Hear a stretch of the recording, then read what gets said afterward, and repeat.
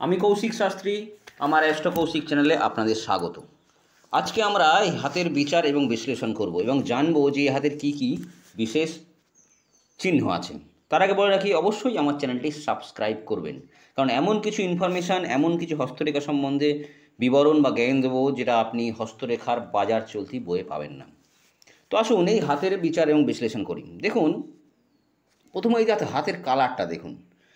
যখনই কালারটা দেখবেন বুঝতে পারবেন একটা রেডিশ ভাব রয়েছে এবং তার সঙ্গে কিন্তু একটা আভাযুক্ত সাদার হাত রয়েছে। এই রকম ক্ষেত্রেই এই সকল লোকের হাতে মঙ্গল এবং শুক্রের কিন্তু একটা ভালো কম্বিনেশান বা যোগ দেখা যায়। এরকম ফার্স্ট যদি এরকম কালার হয়, এটা অত্যন্ত ভালো যোগ।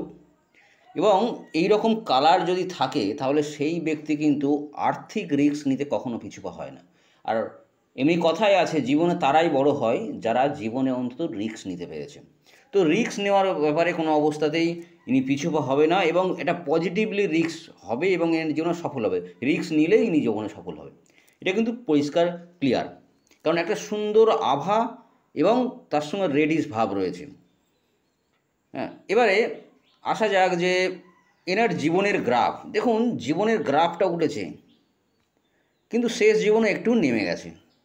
তো শেষ জীবনে কিন্তু একটু সমস্যা হতে পারে, মানে রোগ ভোগ এই ক্ষেত্রে সমস্যা হতে পারে, কিন্তু গ্রাফ কিন্তু খুব ভালো, একেবারে উঁচুর দিকে উঠেছে। এটা কিন্তু খুব ভালো সাইন, অর্থাৎ জীবনে কিন্তু উন্নতি হবেই।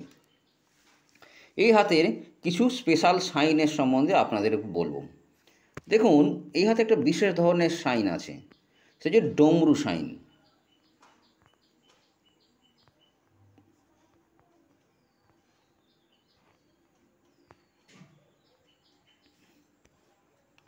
দেখুন, যদি এখানে লক্ষ্য রাখেন, এই এই এই এই রবি এবং শনি এর মধ্যবর্তী এই ডমরু সাইন কিন্তু খুবই পজিটিভ সাইন।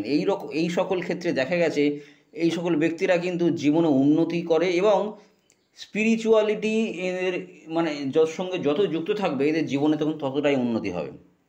ভগবান শিব এবং শক্তির প্রতীক এই ডমরুর দুটো অংশকে কিন্তু আমরা শিব এবং শক্তির সঙ্গে তুলনা করা হয়।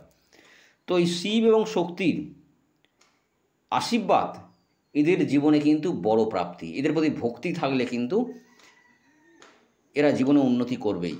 এবং এই যে সাইন, এই সকল ক্ষেত্রে এই সকল জাতকরা বুঝতে পারবে যে যেসব মন্দিরে ধরুন এরা অন্যরা পৌঁছতে পারে না, সেটা এরা অনায়াসেই পৌঁছে যায়, কারণ এদের পূর্বজন্মে করা পূর্ব পুণ্যের আশীর্বাদ, শিব এবং শক্তির আশীর্বাদ এরা হাতে থাকে। এবার একটা জিনিস আছে দেখাবো আপনাদেরকে। এই জাতকের প্রশ্ন ছিল যে আমি কি লটারি পাবো, তো সেই চিহ্ন বলে দিই। দেখুন, লটারি বা আনইভেন মানির মেন কারক কিন্তু হচ্ছে রাহু, এবং এইটা আমরা নিম্ন মঙ্গলের সঙ্গে সঙ্গে রাহুর জায়গাও বলে থাকি। এবং রাহুর জায়গা কিন্তু যথেষ্ট স্ট্রং, দেখুন খুবই স্ট্রং, কিন্তু একাধিক রেখা রয়েছে ঠিকই, কিন্তু এই আড়াআড়ি রেখা, কিন্তু রাহুর জায়গা যথেষ্ট স্ট্রং। আর অর্থের কারক যদি কাউকে বলা হয় সেটা হচ্ছে শুক্র। আচ্ছা, অর্থাৎ রাহু এবং শুক্রের একটা ভালো কম্বিনেশন থাকলে তবেই সেই ব্যক্তি কিন্তু লটারিতে বিশেষ অর্থ পেতে পারে। এখানে সম্পত্তি নয়, অর্থের কথা বলা হয়েছে। তো সম্পত্তিও পেতে পারে, কিন্তু মেনলি অর্থের কথা বলা হয়েছে। তো এই রাহু এবং শুক্রকে দেখুন কানেক্ট করেছে এখানে একটা রেখা, এবার এছাড়াও এইখান থেকে একটা রেখা হালকা করে গিয়েছে এখানে কানেক্ট করেছে। এটা কিন্তু নির্দেশ করে যে এই ব্যক্তি কিন্তু লটারিতে অর্থ পাবে। এবং এনার কর্মও কিন্তু যথেষ্ট ভালো হবে। দেখুন, রবির সঙ্গে শনির একটা যোগ আছে।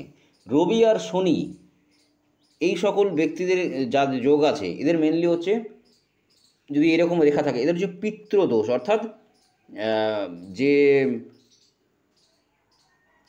পূর্বপুরুষ আছে, এদের যে পিতৃরা আছে তারা কিন্তু খুশি নয়। তাদেরকে খুশি করতে পারলে এর জীবনে কিন্তু অর্থ ইনকাম করতে পারবে এবং জীবনে উন্নতি করতে পারবেন। রবি আর শনির এই যোগ কিন্তু এই সকল ব্যক্তিদেরকে নির্দেশ করে যে এই ব্যক্তি কিন্তু সেই দিকে যাবে, অর্থাৎ সেই দিকে সেই পিতৃদোষের খণ্ডন করতে সে সচেষ্ট হবে এবং করা উচিত। যদি না করে থাকে জীবনে কিন্তু আলটিমেট সফলতা আসবে না সে। এবারে যে প্রপার্টি বা সম্পত্তির কথায় আসি। দেখুন, সম্পত্তির জন্য মেন দেখা যেটা উচিত, দেখুন বৃহস্পতির ক্ষেত্রে একটা বর্গাকার এই রকম চিহ্ন যদি থাকে তাহলে নিশ্চিত করে বলা যায় যে এই ব্যক্তিরা কিন্তু প্রপার্টি করবেই, সম্পত্তি করবেই এবং জায়গা কিনবে, মেনলি ভূ সম্পত্তি সে কিনবেই। কিন্তু এই ক্লিয়ার ইন্ডিকেশান রয়েছে। কিন্তু এই আড়াআড়ি একাধিক রেখা এনেকে মাঝে মাঝে বাঁধার সৃষ্টি করছে। এই আড়াআড়ি রেখা এটা বাঁধার সৃষ্টি করছে। এবং বৃহস্পতির ক্ষেত্রে একটা ভালো ফিস সাইনও আছে, এই এবং এই ফিস সাইন কিন্তু এনাকে যথেষ্ট জ্ঞান দেবে।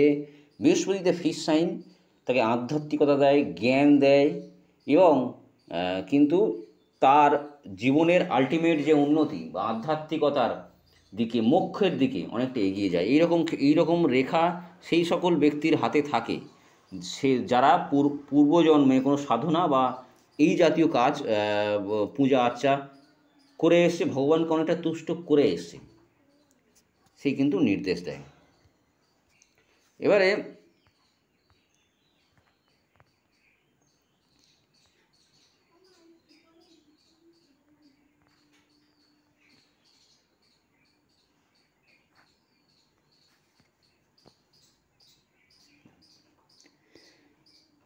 দেখুন, এই ভাগ্যরেখা এখানে শুরু হয়েছে, অর্থাৎ 35 বছর পর্যন্ত মোটামুটি চলেছে। তারপরে 35-এর পরে গিয়ে এখানে আঘাত হয়েছে আপ টু 52 বছর, 52 ইয়ার, কিন্তু একটুখানি স্ট্রাগল দেবে।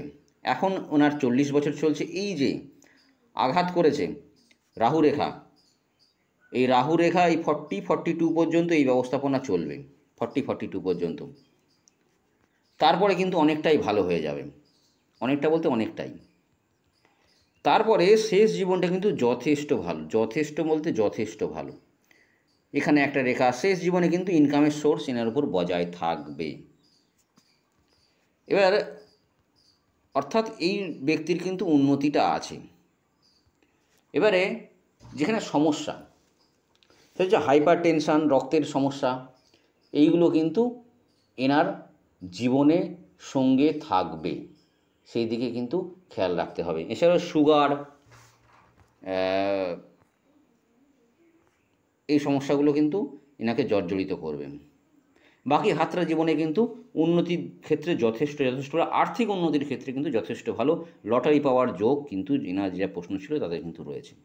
তো ভিডিওটি ভালো লেগে থাকলে অবশ্যই লাইক করবেন, শেয়ার করবেন, সাবস্ক্রাইব করবেন। ভালো থাকুন, জয় মা।